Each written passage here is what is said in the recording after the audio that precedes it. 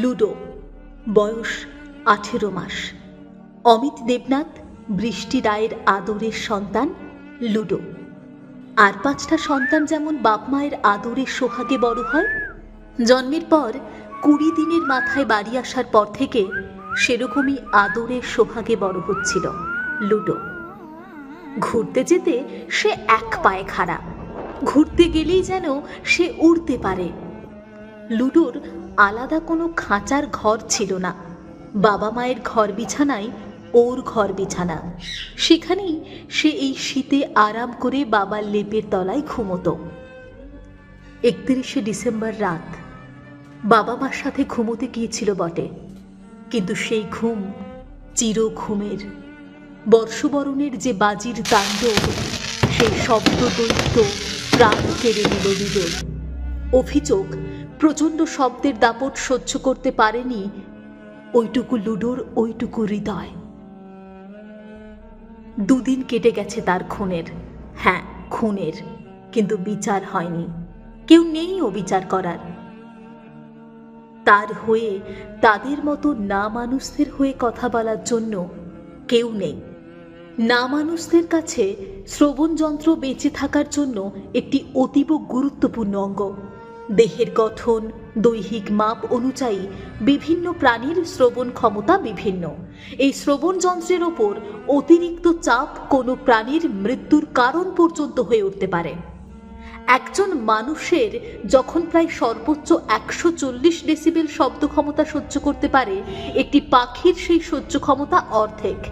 কেবল ludo নয়, লুডোর মতো বহু দেশ বিদেশে বহু পাখি বর্ষবরণের এই শব্দ দৈত্যের অত্যাচারে মারা যায়। কত সেই মৃত্যুর সংখ্যা? সঠিক পরিসংখ্যান মেলে না, তবে একটি ঘটনা থেকে তা অনুমান করা যায়। 2021 সালে রোম শহরেই নিউ ইয়ার পালনের পরের দিন রাস্তা জুড়ে 100রও বেশি পাখিকে মরে পড়ে থাকতে দেখা গিয়েছিল। কেবল পাখি নয়, লোকালয়ে বাস করা পশু পাখি, বিশেষ করে কুকুরেরা এই শব্দবাজি থেকে ভয়ানক আতঙ্কিত হয়ে পড়ে। এতে তাদের হৃদয় এবং শ্রবণ ক্ষমতা ক্ষতিগ্রস্ত হয়। দীর্ঘদিন ধরে এ রাজ্যে সর্বোচ্চ 90 ডেসিবেলের বাজি ছাড়পত্র পেত। 2023 সালে অক্টোবরে রাজ্য দূষণ নিয়ন্ত্রণ পর্ষদ যে নির্দেশিকা প্রকাশ করেছিল, তাতে জানানো হয় শব্দবাজি সর্বোচ্চ 125 ডেসিবেল মাত্রা পর্যন্ত রাজ্যে বিক্রি হতে পারবে। আতশবাজির ক্ষেত্রে তা সর্বোচ্চ 90 ডেসিবেল, তবে তা অবশ্যই পরিবেশ বান্ধব সবুজ বাজি হতে হবে। সেই সময় হাইকোর্টে একটি মামলা দাখিল করে পরিবেশ বান্ধব বেসরকারি প্রতিষ্ঠান। হাইকোর্ট এ নিয়ে রাজ্য সরকারের কাছে হলফনামাও জমা দিতে বলে। এ নিয়ে দীর্ঘ টানাপোড়েনে আসলে যে কাজের কাজ কিছু হয়নি তা টের পাওয়া যায় প্রতি বছর দীপাবলি বা বর্ষবরণের মতো রাতগুলিতে। শব্দ, কম্পাঙ্ক, ডেসিবেল, কিলোহার্জ, আদালতের রায় নিয়ে টানাপোড়েন, আইনকে বুড়ো আঙুল দেখানো, এসব মানুষদের জন্য। আর না মানুষদের জন্য? তাদের জন্য কি? এই পৃথিবী, এই পরিবেশও তো তাদেরও।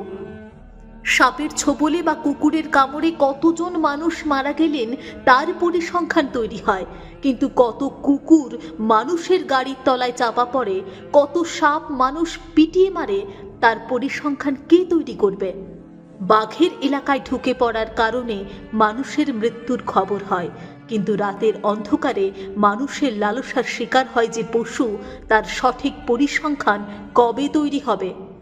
তাহলে কি এবার তাদের জন্য একটি আদালত দরকার, যেখানে বিচার হবে তাদের প্রতি মানুষের যাবতীয় হিংস্রতার?